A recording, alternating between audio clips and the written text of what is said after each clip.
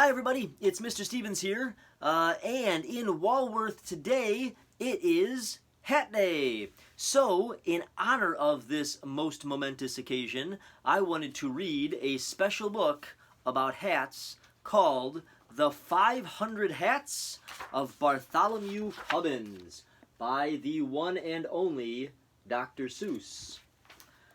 So, let's jump right in for Hat Day.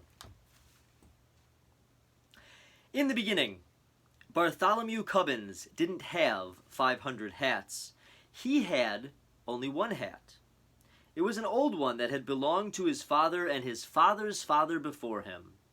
It was probably the oldest and the plainest hat in the whole kingdom of Did, where Bartholomew Cubbins lived.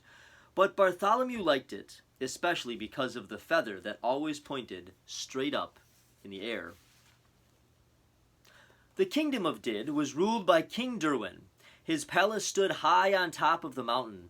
From his balcony he looked down over all the houses of all his subjects, first over the spires of the noblemen's castles, across the broad roofs of the rich men's mansions, then over the little houses of the townsfolk, to the huts of the farmers far off in the fields.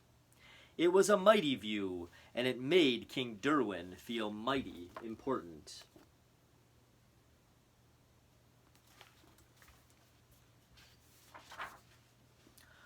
Far off in the fields, on the edge of a cranberry bog, stood the hut of the Cubbins family. From the small door, Bartholomew looked across the huts of the farmers to the houses of the townsfolk, then to the rich men's mansions and the noblemen's castles, up to the great, towering palace of the king. It was exactly the same view that King Derwin saw from his balcony, but Bartholomew saw it backward. It was a mighty view, but it made Bartholomew Cubbins feel mighty small.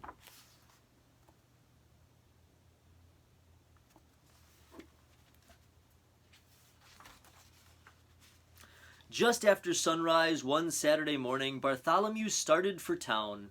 He felt very happy. A pleasant breeze whistled through the feather in his hat. In his right hand he carried a basket of cranberries to sell at the market.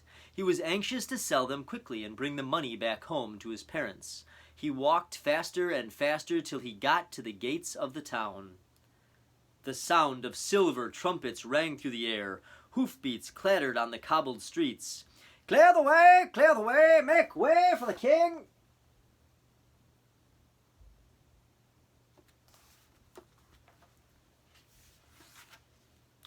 All the people rushed for the sidewalks. They drove their carts right up over the curbstones. Bartholomew clutched his basket tighter. Around the corner dashed 50 trumpeters on yellow-robed horses, and behind them on crimson-robed horses came the king's own guards. "Hats off to the king!" shouted the captain of the king's own guards. On came the king's carriage, white and gold and purple. It rumbled like thunder through the narrow street. It swept past Bartholomew. Then suddenly its mighty brakes shrieked. It lurched, and then it stopped. The whole procession stood still. Bartholomew could hardly believe what he saw. Through the side window of the carriage, the king himself was staring back, straight back at him. Bartholomew began to tremble. "Back up!" the king commanded the royal coachman. The royal coachman shouted to the royal horses. The king's own guard shouted to their crimson-robed horses. The trumpeters shouted to their yellow-robed horses. Very slowly, the whole procession backed down the street until the king's carriage stopped right in front of Bartholomew.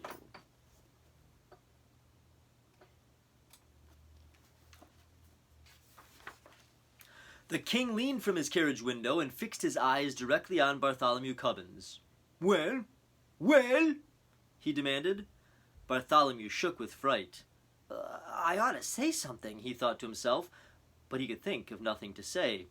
Well, demanded the king again, do you or do you not take your hat off before the king? Yes, indeed, sire, answered Bartholomew, feeling greatly relieved. I do take my hat off before the king. Then take it off this very instant, commanded the king more loudly than before. But sire, my hat is off. answered Bartholomew. "Such impudence!" shouted the king, shaking an angry finger. "How dare you stand there and tell me your hat is off?" "I don't like to say you are wrong, sire," said Bartholomew very politely, "but you see, my hat is off." And he showed the king the hat in his hand. "If that's your hat in your hand," demanded the king, "what's that on your head?" "On my head?" asked Bartholomew. There did seem to be something on his head. He reached up his hand and touched a hat.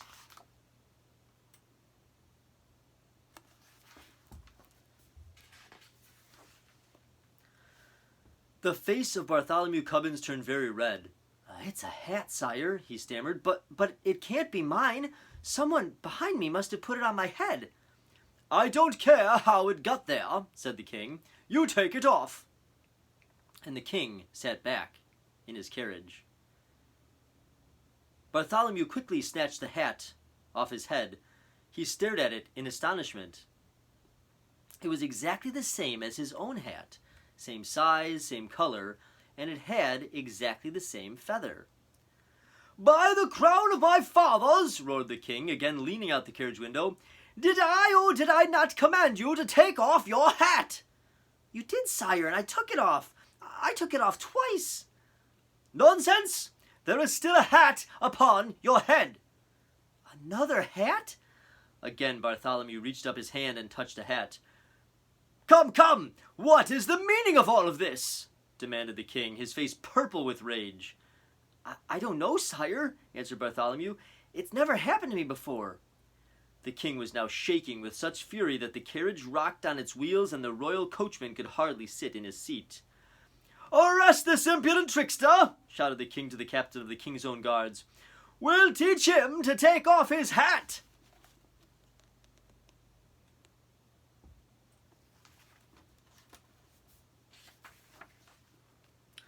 The royal coachman cracked his long whip.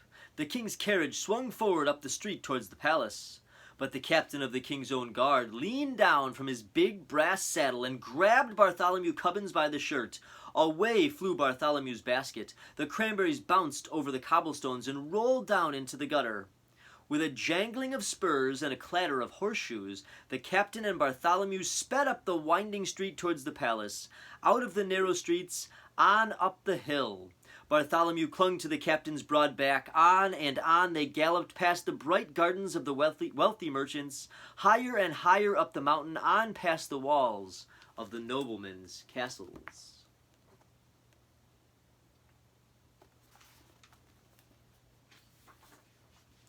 Flop! The sharp wind whisked off Bartholomew's hat. Flop, flop! 2 more flew off. Flop, flop, flop! Flew another and another. 4, 5, 6, 7. Bartholomew kept counting as the hats came faster and faster. Lords and ladies stared from the windows of their turrets, wondering what the strange stream of hats could mean. Over the palace drawbridge they sped, through the great gates and into the courtyard. The captain pulled in his reins. "His Majesty waits in the throne room," said a guard, saluting the captain. "The throne room?" The captain dropped Bartholomew to the ground. "I'd certainly hate to be in your shoes," he said, shaking his head sadly. For a moment Bartholomew was terribly frightened. Still, he thought to himself, the king can do nothing dreadful to punish me because I really haven't done anything wrong. It would be cowardly to be afraid. Bartholomew threw back his shoulders and marched straight ahead into the palace. "Follow the black carpet," said the guard at the door. All through the long hallway, Bartholomew could hear the muttering of voices behind heavy doors. He won't take his hat off? No, he won't take his hat off. He won't take his hat off?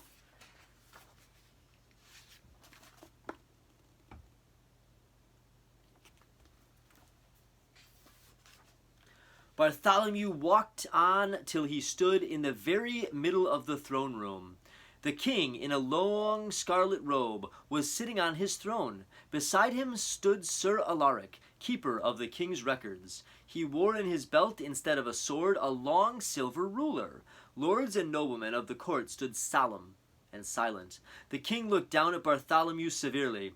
"Young man, I'll give you just one more chance. Will you take your hat off for the king?" "Your Majesty," said Bartholomew as politely as he could, "I will, but I'm afraid it won't do any good." And he took off his hat, and it didn't do any good. Another hat sat on Bartholomew's head. He took off hat after hat after hat after hat after hat until he was standing in the middle of a great pile of hats. The lords and noblemen were so astonished they couldn't even speak. Such a thing had never happened in the throne room before.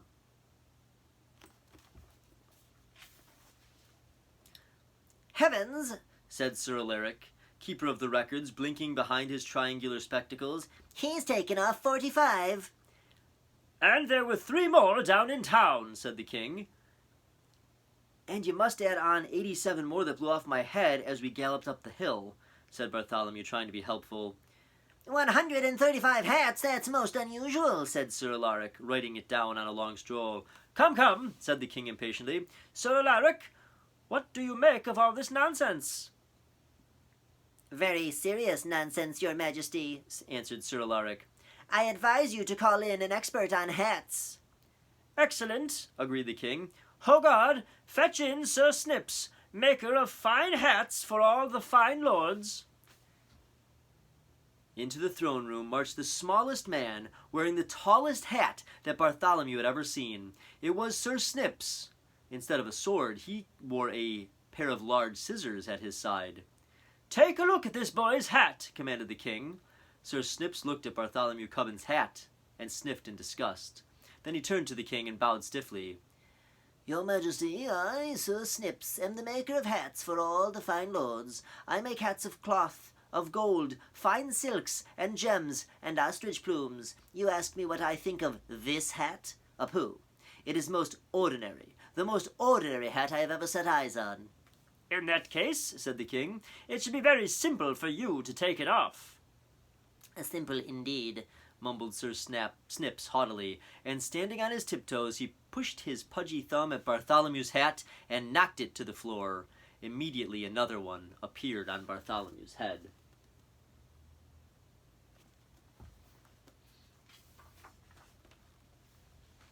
"Screebies!" screamed Sir Snips, leaping in the air higher than he was tall. Then he turned and ran shrieking out of the throne room. "Dear me," said the king, looking very puzzled. "If Snips can't do it, this must be more than an ordinary hat." 136, wrote Sir Alaric, wrinkling his brow. "Your Majesty, I advise that you call in your wise man." "A fine idea," said the king. "Hogard, bring me Ned. Ned knows about everything in all my kingdom."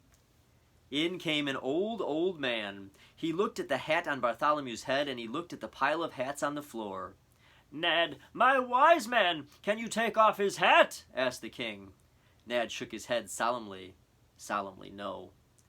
"Then fetch me the father of Ned," commanded the king. "He knows about everything in all my kingdoms, in all the world beyond." In came an even older man, but when he looked at Bartholomew's hats, the father of Ned merely locked his fingers across his beard and said nothing.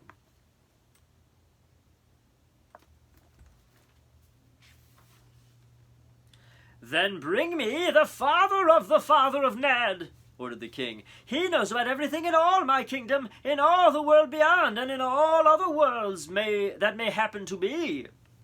Then came the oldest man of them all, but he just looked at Bartholomew and nibbled nervously at the end of his beard.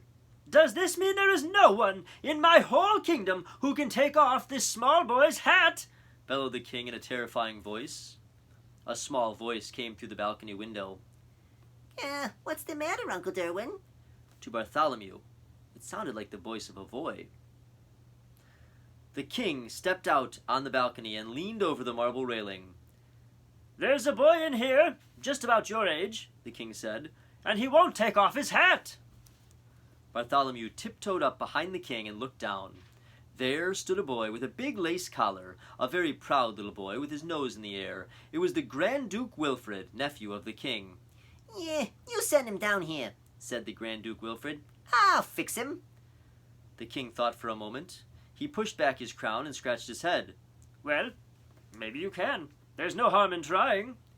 "Take him to the Grand Duke Wilfrid," commanded the king, and 2 of the king's own guards led Bartholomew out of the throne room.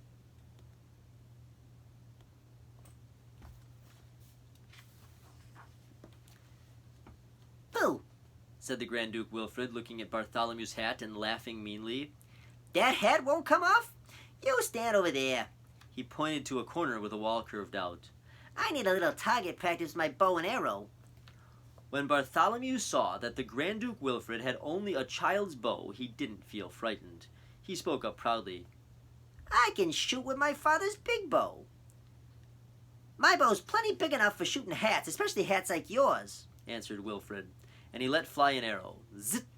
It grazed Bartholomew's forehead and nipped off his hat. Away it blew and over the parapet. But another hat appeared on his head. Zit! Zit!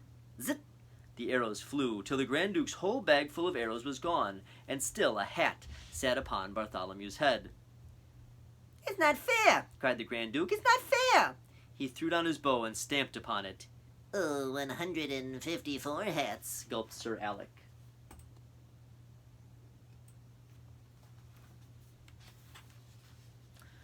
These hats are driving me mad, the king's voice rang out through all the palace. Why waste time with a child's bow and arrow? Fetch me the mightiest bow and arrow in all the realm.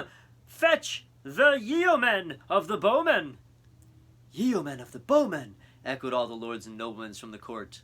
A gigantic man strode across the terrace. His bow was as big as the branch of a tree. His arrow was twice as long as Bartholomew's and thicker than his wrist. Yeomen of the bowmen, said the king, shoot off this boy's hat and make it stay off.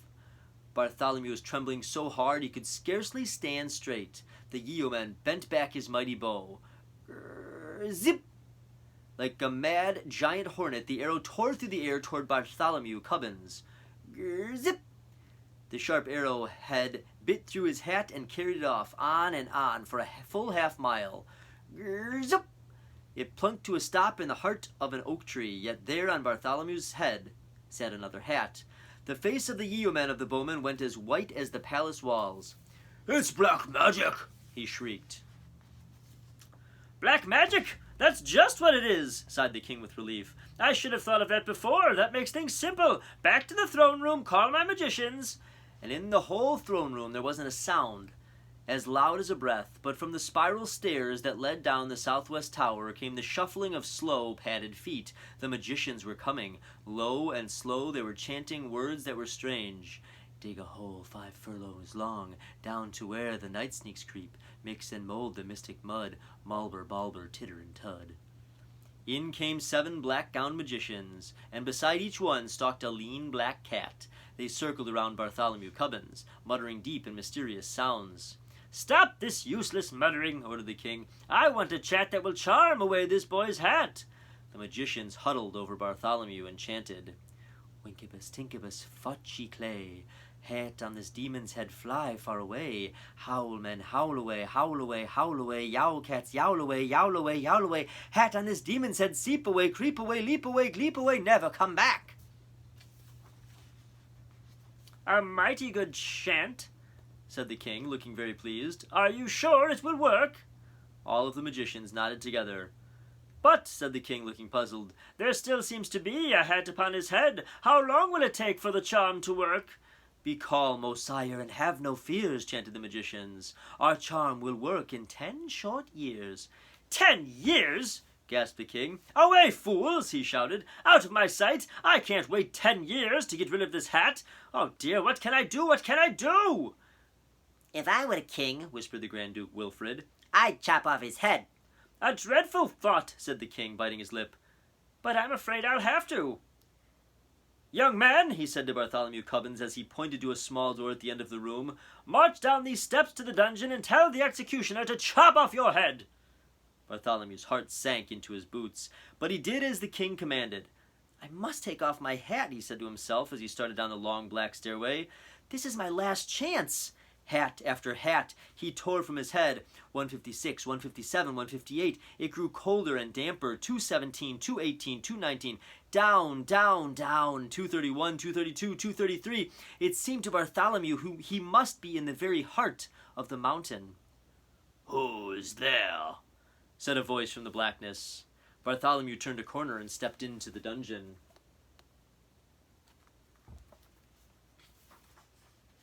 The executioner was whistling and swinging his axe idly because at the moment he had nothing to do. In spite of his business, he really seemed to be a very pleasant man. "The king says you must chop off my head," said Bartholomew. "Oh, I'd hate to," said the executioner, looking at him with a friendly smile. "You seem like such a nice boy." "Well, king says you have to," said Bartholomew, "so please get it over with." "All right," sighed the executioner, "but first you've got to take off your hat." "Why?" asked Bartholomew. "I don't know," said the executioner, "but it's one of the rules. I can't execute anyone with a hat on." "All right," said Bartholomew, "you take it off for me." The executioner leaned across the chopping block and flipped off Bartholomew's hat. "What's this?" he gasped, blinking through the holes in his mask as another hat sat on Bartholomew's head. He flipped this one off, then another, and another. "Fiddlesticks!" grunted the executioner, throwing his axe on the floor. "I can't execute you at all!" And he stood and shook hands with Bartholomew and sent him back upstairs to the king. The king had been taking a nap on the throne. "What are you doing back here?" he said to Bartholomew, angry at being awakened. "I'm sorry, your majesty," explained Bartholomew. "My head can't come off with my hat on. It's against the rules." "So it can't," said the king, leaning back wearily. "Now, how many hats does that make altogether?" The executioner knocked off 13, and I left 178 more on the dungeon steps. 346 hats, mumbled Sir Alaric from behind his scroll. Uncle Derwin, Yawned the Grand Duke Wilfrid. I suppose I'll have to do away with him. Send him to the highest turret, and I, in person, will push him off. "Wilfrid, I'm surprised at you," said the king. "But I guess it's a good idea." So the king and the Grand Duke led Bartholomew Cubbins up to the highest turret. Up and up and up the turret stairs he climbed behind them. "This is my very last chance," thought Bartholomew. He snatched off his hat. 347. He snatched off another. He pulled and he tore and he flung them behind. 398, 399. His arms ached from pulling off hats, but still the hats came. Bartholomew climbed on. 448. 449, 450, counted Sir Alaric, puffing up the stairs behind him.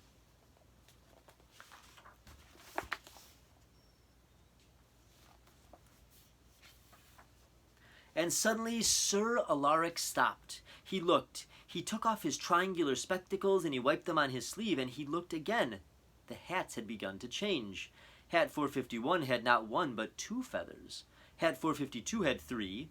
Hat 453 had 3 and a little red jewel. Each new hat was fancier than the hat before. Your Majesty, Your Majesty, cried out Sir Alaric. But the king and the Grand Duke were way up where they couldn't hear. They had already reached the top of the highest turret. Bartholomew was following right behind. Step right out here and get on that wall, snapped the Grand Duke Wilfrid. I can't wait to push you off.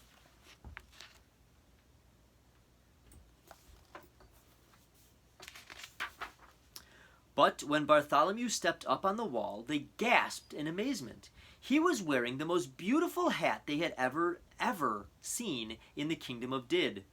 It had a ruby larger than any the king himself had ever owned. It had ostrich plumes and cockatoo plumes and mockingbird plumes and paradise plumes. Beside such a hat, even the king's crown seemed like nothing. The Grand Duke Wilfrid took a step forward. Bartholomew thought his end had come at last. "Wait!" shouted the king. He could not take his eyes off that magnificent hat. I won't wait, the Grand Duke talked back to the king. I'm going to push him off now. That new big hat makes me madder than ever. And he flung out his arms to push Bartholomew off.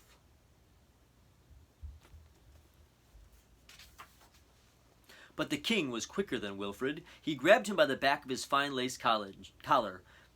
"This is to teach you," His Majesty said sternly, "that Grand Dukes never talk back to their king." And he turned the Grand Duke Wilfrid over his knee and spanked him soundly right on the seat of his royal silk pants. "And now," smiled the king, lifting Bartholomew down from the wall, "it would be nice if you'd sell me that wonderful hat." $4.98, $4.99, broke in the tired voice of Sir Alaric, who had just arrived at the top of the steps. And that, he pointed to the hat on Bartholomew's head, makes exactly 500. 500? Exclaimed the king. Will you sell it for 500 pieces of gold? Anything you say, sire, answered Bartholomew. You see, I've never sold one before. The king's hand trembled with joy as he reached for the hat. Slowly, slowly, Bartholomew felt the weight of the great hat lifting from his head. He held his breath, then suddenly he felt the cool evening breezes blowing through his hair. His face broke into a happy smile. The head of Bartholomew Cubbins was bare. "Look, your majesty, look!" he shouted to the king. "No, you look at me," answered the king, and he put the great hat on right over his crown. Arm in arm, the king and Bartholomew went down to the counting room to count out the gold. Then the king sent Bartholomew home to his parents, no basket on his arm, no hat on his head, but with 500 pieces of gold in a bag. And the king commanded that the hat he had bought, and all the other hats too, be kept forever in a great crystal case by the side of the throne.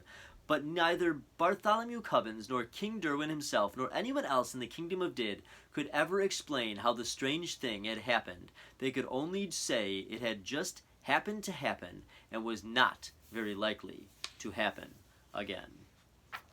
The end.